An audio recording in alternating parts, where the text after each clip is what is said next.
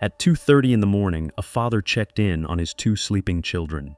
His daughter was curled up under her blanket. His son was asleep in the next bed. Everything was normal. 4 hours later, his wife went to wake the kids for school, and one of the beds was empty. 9-year-old Asha Degree was gone. Her backpack was gone with her.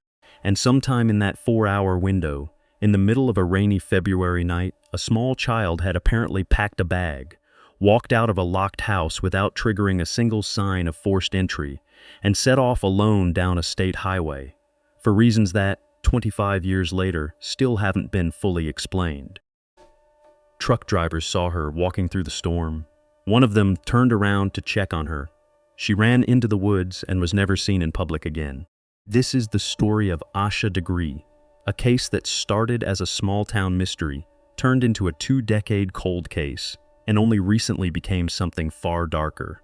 And by the end of this video, you'll understand exactly why investigators now say this was never really a disappearance at all. Shelby, North Carolina sits in the rolling hill country west of Charlotte.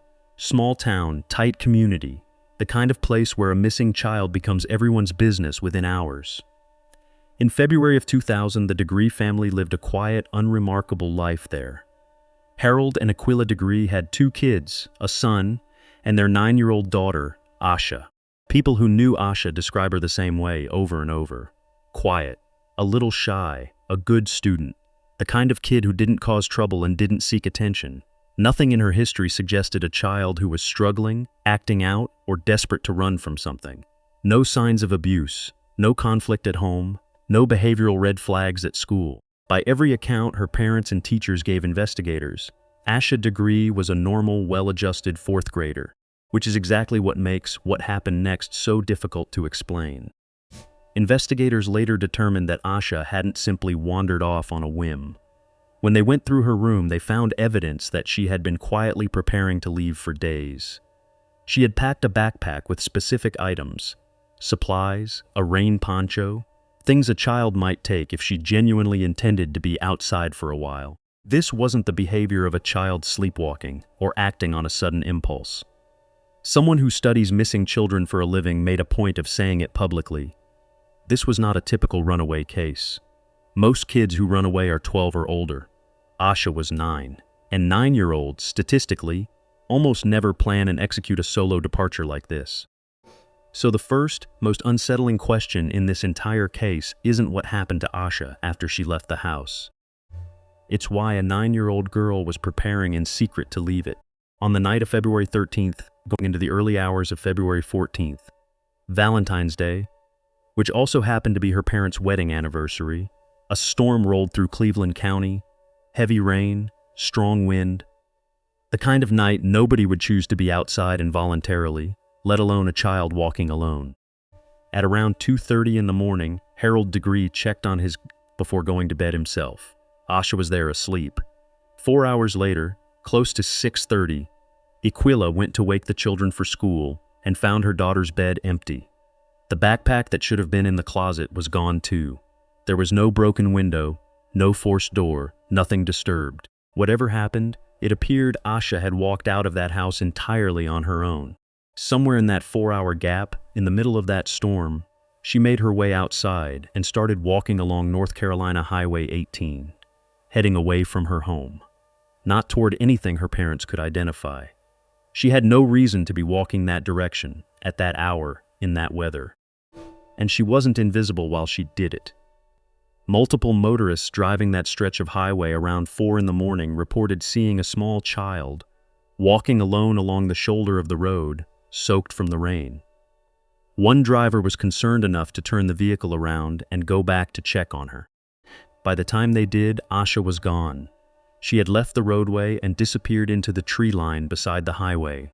That moment, a small child slipping into dark woods on a stormy night, roughly a mile from her own home, is the last confirmed sighting of Asha Degree. 25 years later, it still is. For a year and a half, there was almost nothing. Search teams combed the woods near where she vanished in the days after her disappearance. Cadaver dogs and search dogs went through the area. National media picked up the case. Talk shows, tabloid news segments, a billboard, erected along the highway with her photo on it. The FBI and North Carolina's State Bureau of Investigation both got involved almost immediately, which doesn't happen for every missing child case. Investigators believed, from the very beginning, that this case had the fingerprints of something more deliberate than a child simply wandering off and getting lost. Then, in August of 2001, nearly 18 months after Asha vanished, construction workers building an access road in Burke County, roughly 30 miles north of where she was last seen, dug up something that changed the entire shape of the investigation. It was Asha's backpack. It had been wrapped tightly in 2 sealed black plastic garbage bags and buried at the construction site. Inside, alongside a few of Asha's own belongings, investigators found 2 items that did not belong to her at all: a concert t-shirt for the boy band New Kids on the Block, and a children's book called McElligot's Pool. The book had actually come from the library at Asha's own elementary school, but it wasn't hers. Someone else had checked it out, and somehow it had ended up sealed inside her backpack, 30 miles from where she disappeared. Think about what that single detail implies. A 9-year-old girl vanishes into the woods on foot. Her backpack doesn't just get lost or discarded nearby.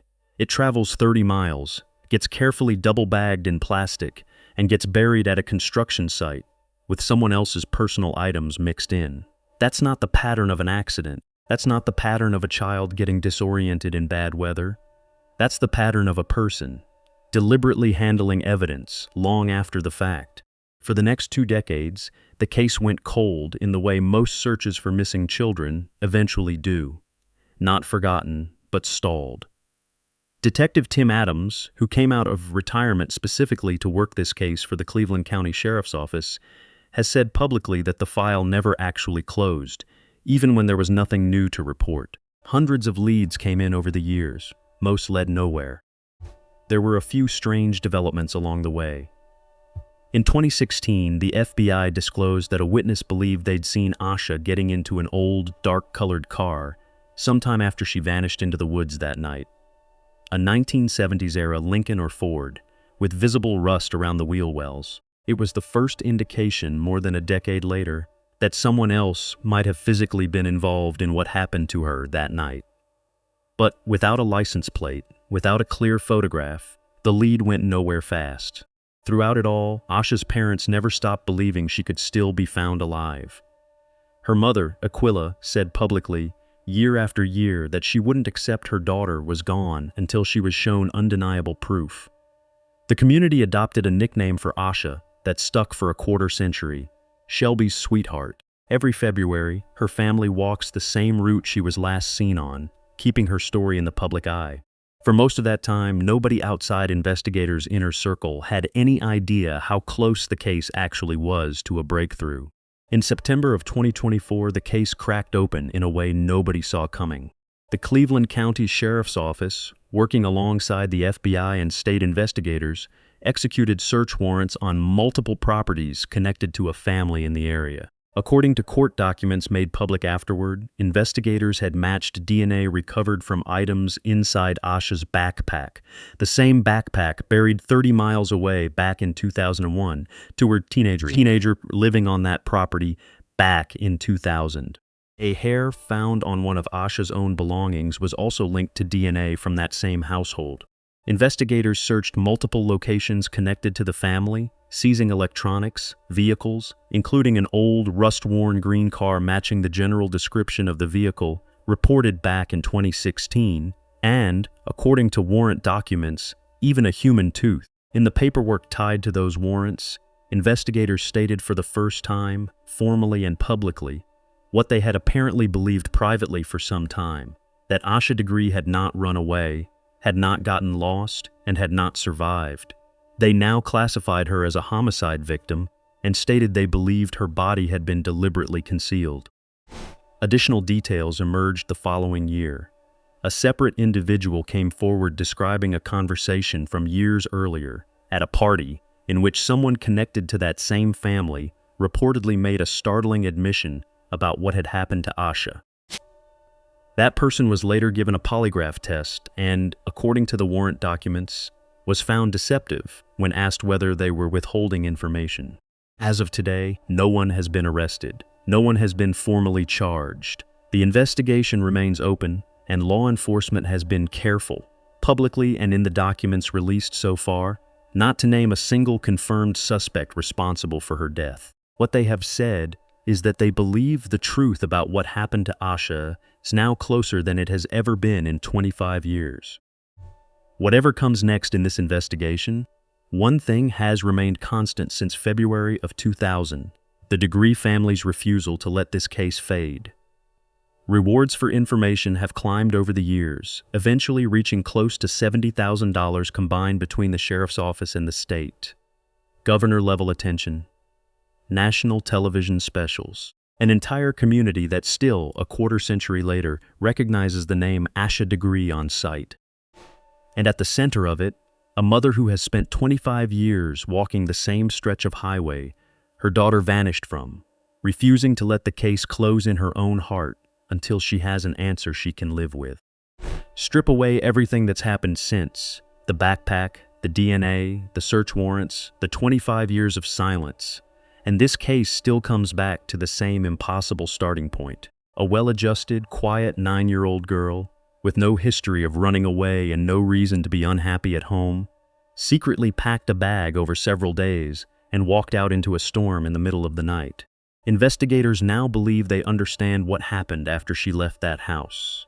What almost nobody has ever been able to explain is why she left it in the first place. Whether she was moving toward something or running from something no one else ever saw coming. Somewhere between a warm bed at 2:30 in the morning and an empty one at 6:15, a 9-year-old girl made a decision that changed the rest of her family's life and possibly ended her own. The state of North Carolina still doesn't have all the answers, but for the first time in 25 years, it finally has some. If you were the one turning that car around on Highway 18 that night, watching a small child run off the road and vanish into the tree line, what would you have done differently? And do you think, 25 years later, this case is finally about to close?